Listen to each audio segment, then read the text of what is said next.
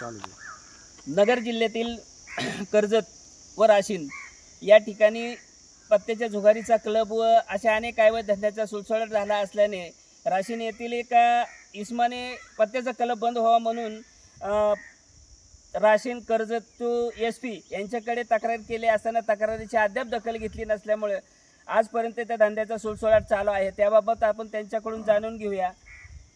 तुमचं नाव काय आहे? माझं नाव विकी प्रकाश आडसूळ, राहणार राशीन, तालुका कर्जत, जिल्हा नगर। बरं, ठीक आहे। काय भानगड आहे? धंदे इतक्या तक्रारी करून हे पोलीस प्रशासन त्याकडे लक्ष देत नाही आहे।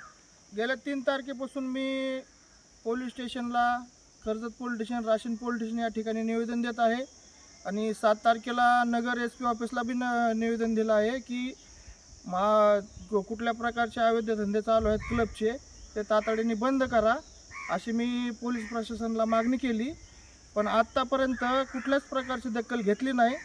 त्याच्यामध्ये राशीन पोलीस स्टेशन असो, कर्जत पोलीस स्टेशन असो, नगर पोलीस स्टेशन असो, त्याच्यामध्ये कुठल्याच प्रकारची यांनी दखल घेतली नाही आणि मी आत्तापर्यंत जेवढे निवेदन दिले त्याच्यामध्ये यांनी कुठल्याच प्रकारची दखल घेतली नाही। का बरं दखल घेतली नाही त्यांनी?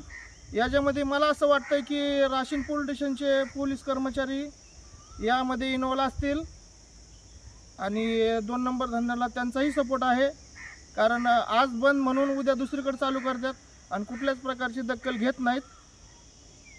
आता तुम्ही SP ला भेटला, DYSP ला भेटला, त्याच्यामध्ये SP काय म्हणले तुम्हाला? मी 7 तारखेला SP साहेबांना भेटतो नगरमध्ये जाऊन SP ऑफिसला, की त्यांनी मला असा शब्द दिला की 1 ते 2 दिवसात रीतसर त्यांच्यावर कारवाई होऊन त्यांच्यावर रेड केली जाईल।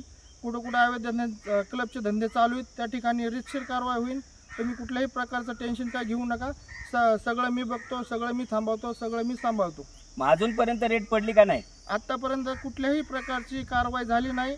राशीनमध्ये त्याच जोशाने त्याच जोराने क्लबचे धंदे चालू आहेत।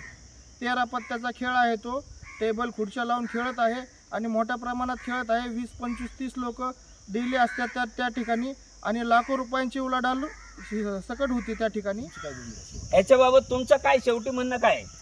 माझं म्हणणं असं आहे की पोलिसांनी जर या गोष्टीमध्ये दखल घेतला नाही तर 8 ते 10 दिवसात मी SP कार्यालयासमोर आत्मदहन करण्याचा इशारा करतो।